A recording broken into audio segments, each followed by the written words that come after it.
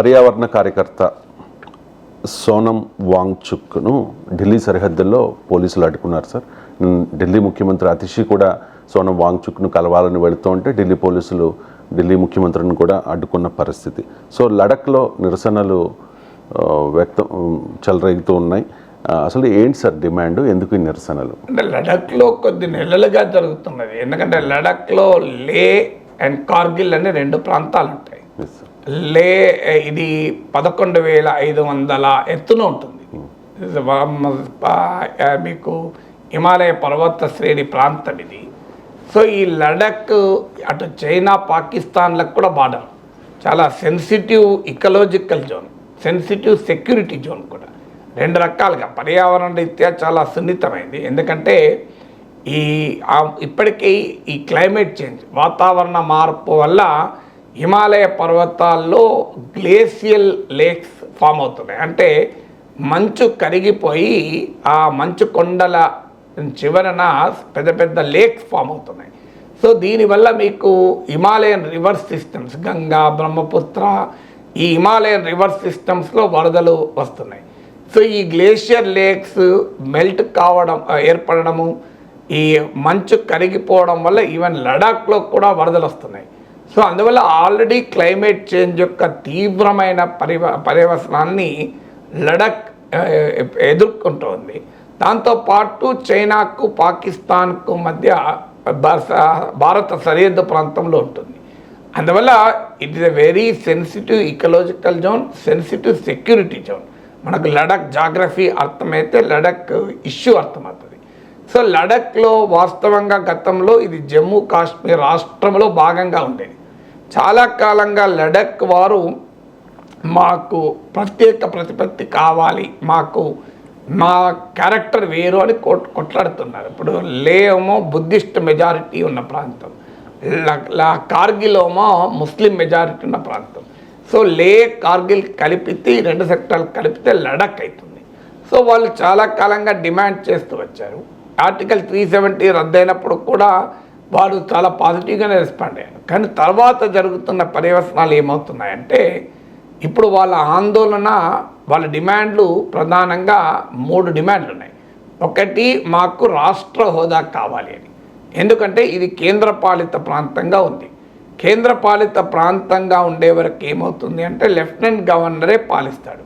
Lieutenant governor అక్కడి వాడు కాదు, బయటివాడు.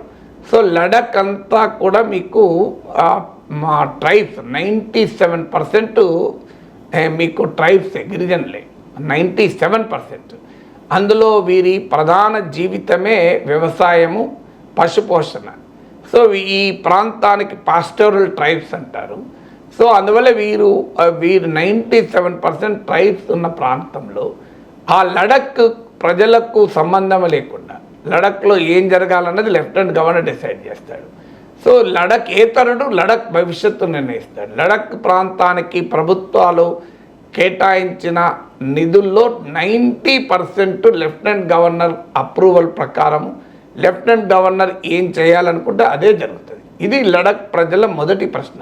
అంటే మమ్మల్ని మేము పాలించుకునే హక్కు మాకు లేదా అని.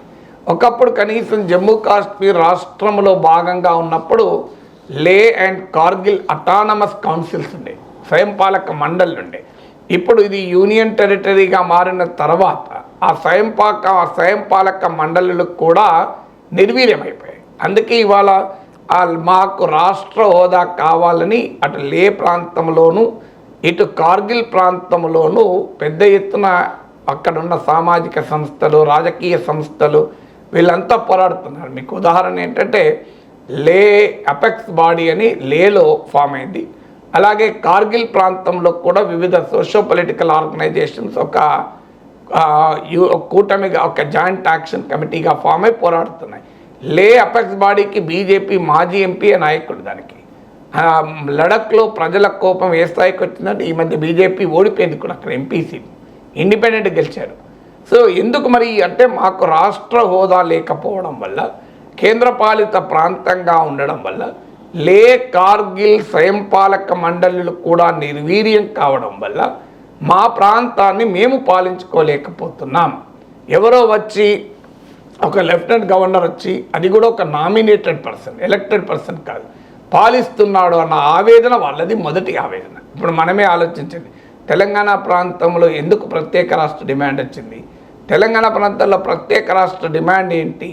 1956లో ఆంధ్రప్రదేశ్ ఫామ్ అయితే 2014లో మీకు తెలంగాణ ఏర్పడింది. ఈ 58 ఏళ్ల పీరియడ్లో మీరు లెక్క తీయండి. వెరీ బ్రీఫ్ పీరియడ్ తెలంగాణ వాళ్ళు ముఖ్యమంత్రిగా ఉన్నారు. మరి చెన్నారెడ్డి, అంజయ్య, ఇలా అత్యధిక కాలం మీకు నీలం సంజీవరెడ్డి నుంచి మొదలుకొని కోట్ల విజయభాస్కర్ రెడ్డి, నెదురుమల్లి జనార్దన్ రెడ్డి, ఎన్టీ రామారావు, వైఎస్ రాజశేఖర్ రెడ్డి, మీకు కంటిన్యూస్గా చంద్రబాబు నాయుడు, తెలంగాణ ఏతరులే ముఖ్యమంత్రులు అవుతూ వచ్చారు. ఒక్క మరి చెన్నారెడ్డి తర్వాత టి అంజయ్య, అంటే నాకు గుర్తున్నంత వరకు సబ్జెక్టు కరెక్షన్ 11 years అనుకుంటాను. సో అంటే అత్యధిక పీరియడ్ తెలంగాణ ఏతరులు ముఖ్యమంత్రులుగా ఉన్నారు. అలాగే జెంటిల్మెన్ అగ్రిమెంట్లో, పెద్ద మనుషుల ఒప్పందంలో 1956లో ఆంధ్ర రాష్ట్రము, హైదరాబాద్ రాష్ట్రం విలీనమై ఆంధ్రప్రదేశ్కి ఏర్పడ్డది. చాలామందికి చరిత్ర తెలియదు. 1948లోనే హైదరాబాద్ రాష్ట్రం ఏర్పడింది. 1953లో ఆంధ్ర రాష్ట్రం ఏర్పడింది. హైదరాబాద్ రాష్ట్రం ఏర్పడిన 5 ఏళ్ల దాకా కూడా ఆంధ్ర రాష్ట్రం ఏర్పడలేదు. మద్రాస్ ప్రెసిడెన్సీలో భాగం. ఈవెన్ ఆంధ్ర రాష్ట్రం ఏర్పడిన 3 ఏళ్ల వరకు కూడా హైదరాబాద్ రాష్ట్రం అంటే తెలంగాణ, ఆంధ్ర వేరువేరు రాష్ట్రాలుగా ఉండేవి. 1956లో విలీనమై ఆంధ్రప్రదేశ్కి ఏర్పడింది. ఆంధ్రప్రదేశ్కి ఏర్పడినప్పుడు పెద్ద మనుషుల ఒప్పందంలో చేసుకున్న ఏంటంటే, ముఖ్యమంత్రి ఆంధ్ర ప్రాంతం అయితే తెలంగాణ వారు ఉప ముఖ్యమంత్రి, తెలంగాణ వాళ్ళు ముఖ్యమంత్రి అయితే ఆంధ్ర వాళ్ళు ఉప ముఖ్యమంత్రి. అది ఇది ఒప్పందం. ఆ ఒప్పందం చేసుకున్న మొదటిసారి నీలం సంజీవరెడ్డి ముఖ్యమంత్రి అయితే తెలంగాణ వాళ్ళు ఉప ముఖ్యమంత్రి కాలే.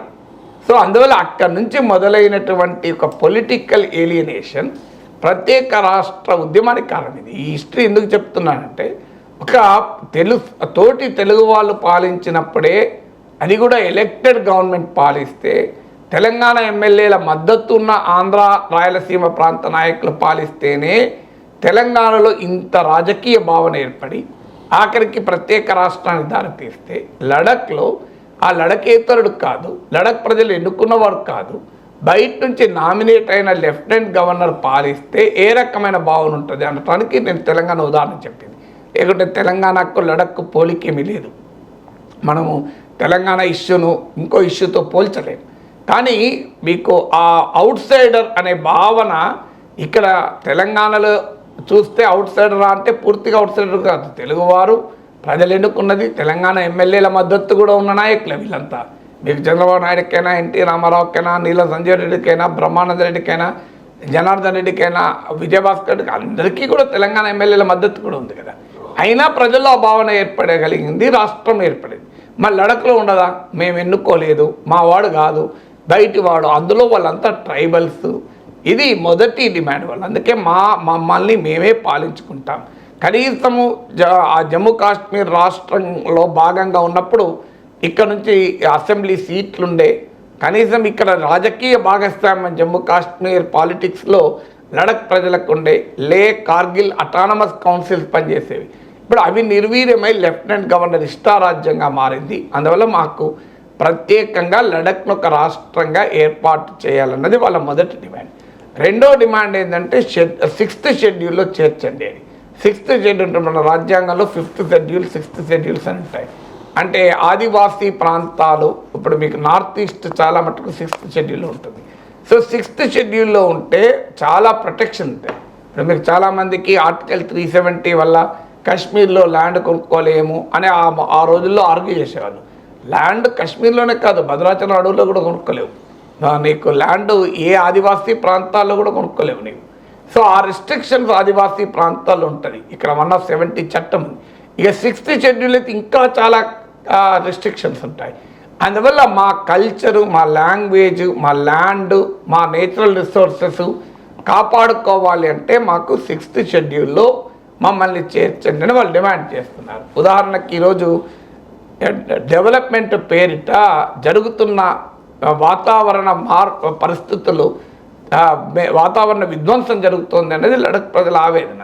ఇక మూడవ డిమాండ్ వాళ్ళది లేకు, కార్గిల్కు సెపరేట్గా పార్లమెంట్ 2 MP సీట్లు ఇవ్వాలని. ఎందుకంటే ఈ 2 ప్రాంతాలు లడఖ్లో భాగమైన డిఫరెంట్ డెమోగ్రఫీ. ఇప్పుడు లే ఏమో బుద్ధిస్ట్ మెజారిటీ, కార్గిల్ ఏమో ముస్లిం మెజారిటీ. కోర్స్ అందులో బ్లాక్లు మళ్ళీ తేడా ఉండొచ్చు.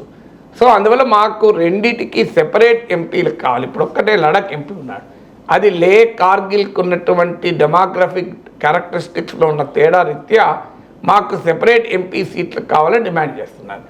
ఇక వాళ్ళ డిమాండ్లలో కీలకమైనది నేను ఇంతకుముందు చెప్పినట్లు ల్యాండ్, వాటర్, నేచురల్ రిసోర్సెస్. ఇప్పుడు మనకు 2 ఉదాహరణలు, ఉత్తరాఖండ్ ఉదాహరణ ఉంది, వాయనాడ్ ఉదాహరణ ఉంది. ఉత్తరాఖండ్లో 6,000 మంది చనిపోయారు కేదార్నాథ్ ఫ్లడ్స్లో. ఎందుకు చనిపోయారు? విచక్షణారహితంగా డెవలప్మెంట్ పేరిట అక్కడున్న ఫ్రెజైల్ ఇకాలజీ, సున్నితమైన పర్యావరణాన్ని మనము ధ్వంసం చేశాం. సో అది ఇవాళ కేదార్నాథ్ వరదలకు కారణమై చాలా తీవ్ర రూపం దాల్చింది. అంతకుముందు కాగ్ రిపోర్ట్లు చాలా చెప్పాయి, మీరు టూరిస్ట్ అరైవల్స్ను కూడా కంట్రోల్ చేయండి. టూరిస్ట్ క్యారింగ్ కెపాసిటీ అంటారు. క్యారింగ్ కెపాసిటీ అంటే ఆ సున్నితమైన పర్యావరణము, జీవావరణము ఎంతమంది పర్యాటకుల్ని భరించగలుగుతుంది అని.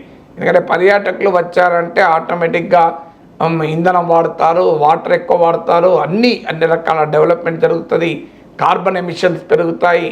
సో వెరీ ఫ్రెజైల్ ఇకాలజీ కనుక క్యారింగ్ కెపాసిటీని మించి పర్యాటకులు రాకూడదు అనేది అక్కడ డిమాండ్గా ఉంది. కానీ దాన్ని ఏది పట్టించుకోకుండా ఉత్తరాఖండ్ ప్రభుత్వం, టూరిజం అనేది ప్రధానమైన ఆదాయ వనరు కనుక విచక్షణారహితంగా టూరిస్టులు చేసింది అన్న విమర్శలు ఉన్నాయి. దానికోసం డెవలప్మెంట్ చేశారు, నదీ గర్భంలోకి వచ్చి కన్స్ట్రక్షన్లు కట్టారు, విచక్షణారహితంగా జల విద్యుత్ ప్రాజెక్టులకు అనుమతులు ఇచ్చారు, రోడ్ డెవలప్మెంట్ చేశారు.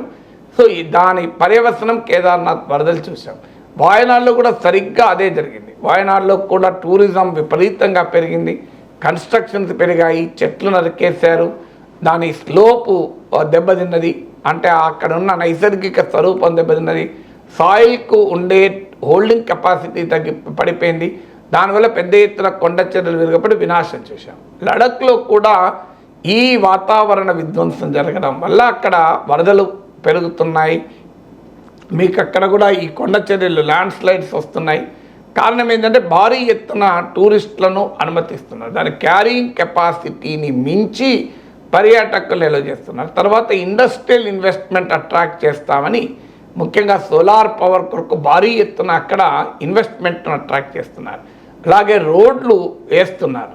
సో వీటి పర్యవసనంగా ఇప్పుడు ఉదాహరణకు రోడ్లు వేసినప్పుడు ఆడ అనేక శాస్త్ర ఐఐటి అధ్యయనాలు కూడా చెప్తున్నాయి, అనేక ఇంటర్నేషనల్ రీసెర్చ్ కూడా చెప్తుంది. మీకు ఈ ఇంధనం అంటే పెట్రోల్, డీజిల్ వాహనాలు రావడం వల్ల ఆ కార్బన్ ఐస్ పైన పేరుకుపోయి ఉండడం వల్ల ఐస్ తొందరగా మెల్ట్ అయి గ్లేషియల్ లేక్స్ పెరిగి మీకు వరదలు వస్తున్నాయని. సో అందువల్ల ఇక్కడ మీకు ఆ స్లోప్ దెబ్బతింటుంది, రోడ్డు కన్స్ట్రక్షను ఇవన్నీ చేయడం వల్ల. సో అందువల్ల మా ల్యాండ్, మా వాటర్ కన్జంప్షన్ పెరుగుతోంది, భూగర్భ జలాల ఎక్స్ప్లాయిటేషన్ పెరుగుతోంది, కన్స్ట్రక్షన్ యాక్టివిటీ గణనీయంగా పెరుగుతుంది లడఖ్ ప్రాంతంలో. సో ఒకవైపు ఏమో సెన్సిటివ్ సెక్యూరిటీ జోన్, ఆల్రెడీ ప్రభుత్వం ఏమో చైనా వాళ్ళు ఏం ఆక్రమించుకోలేదు మన భూభాగాన్ని అని ప్రభుత్వం వాదిస్తుంది. కానీ స్థానిక లడఖ్ ప్రజలు చెప్పేది, మేము కదా చూసేది ఇక్కడ భూభాగాన్ని, చైనా వాళ్ళు పెద్ద ఎత్తున మన లడఖ్లోకి చొచ్చుకొచ్చారు, దానివల్ల మా పశువుల్ని కాస్త వెళ్ళి గ్రేజింగ్ చేయాలన్నా కూడా చైనా వాళ్ళ అటాక్ ఉండే ప్రమాదం ఉంది అని వాళ్ళు చెప్తున్నారు. సో అందువల్ల మా ల్యాండ్, మా వాటర్, మా నేచురల్ రిసోర్సెస్, మా పర్యావరణాన్ని కాపాడుకోవాలి అంటే మాకు ఈ 6th షెడ్యూల్లో ఉండడం వల్ల మాత్రమే ఇది జరుగుతుంది. మాకు స్వయంపాలక మండలి ఉండడం వల్లనే మా అవసరాలేమో మేము అర్థం చేసుకోగలం అనే వాదన మొదలై. అందువల్ల ఈ ఉద్యమం గత కొన్నేళ్లుగా నడుస్తుంది. ఇంతకుముందు చెప్పినట్లు లే అపెక్స్ బాడీ LAB అని, అలాగే కార్గిల్లో కూడా వివిధ సంస్థల కూటమిగా ఏర్పడ్డాయి. ఇప్పుడు మ్యాగ్సెస్ అవార్డు విన్నరు ప్రముఖ పర్యావరణవేత్తమైన సోనం వాంగ్చుక్ పాదయాత్ర మొదలుపెట్టాడు. ఆయన ఢిల్లీలో ఇవాళ అక్టోబర్ 2 గాంధీ జయంతి రోజు ఎంటర్ కావాలి. ఆయన ఎంటర్ అవుతున్న సమయంలో ఆయన అరెస్ట్ చేశారు. అందువల్ల ఇదొక సెన్సిటివ్ ఇష్యూ. అదొక నేను ఇంత మొదట్లో చెప్పినట్టు సెక్యూరిటీ జోను, ఫ్రెజైల్ ఇకాలజికల్ జోన్.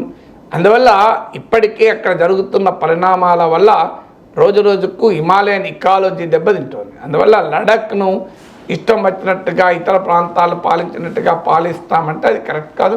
వాళ్ళ జెన్యున్ డిమాండ్, మాకు సపరేట్ రాష్ట్రం కావాలి, వాళ్ళు ఏం దేశం నుంచి విడిపోతాం అని అనడం లేదు కదా, మా సెపరేట్ రాష్ట్రం కావాలి, లేదంటే కనీసం కార్గిల్ అటానమస్ కౌన్సిల్స్ను యాక్టివేట్ చేయండి, మమ్మల్ని మేము పాలించుకుంటాం, లెఫ్టినెంట్ గవర్నర్ కాదు, మా ల్యాండ్ కల్చర్ మా రిసోర్సెస్కి రక్షణ ఉండేలా 6th జోన్లో పెట్టండి, ఇది వాళ్ళు 6th షెడ్యూల్లో కాన్స్టిట్యూషన్ 6th షెడ్యూల్లో చేర్చండి అని వాళ్ళు అడుగుతున్న డిమాండ్.